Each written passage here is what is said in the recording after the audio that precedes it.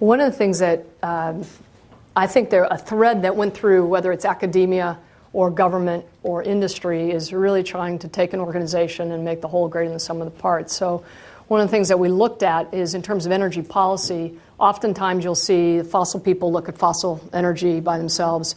The nuclear people, wind or solar or geo or hydro, they look at their little piece together in energy efficiency. And we ran a strategic technology energy plan called STEP. And we had 100 different people in Department of Energy working on this.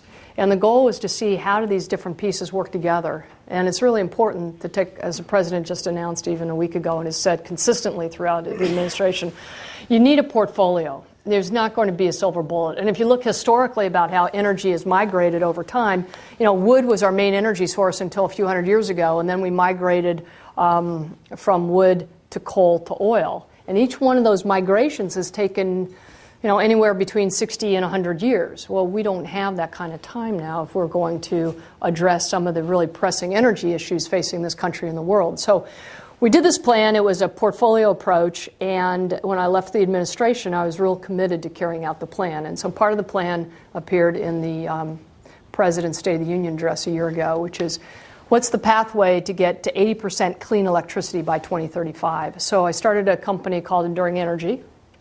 Our focus now is enduring revenue. I hope that resonates with all the entrepreneurs in the room. And we're looking at what pieces of that energy plan that we could really undertake and make a difference.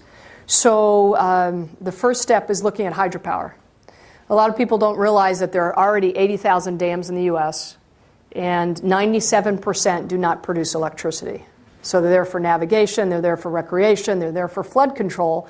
But many of these could be powered and produce dispatchable energy. So what I mean by dispatchable is it's there on demand when you need it. So what happens when you put up a wind turbine and the wind doesn't blow, or you have a solar panels and the sun isn't shining, a cloud comes over, or at night, the diurnal variation. So hydropower is one set of reliable energy that allows you to fill in and create other sorts of services, which I can get into or not.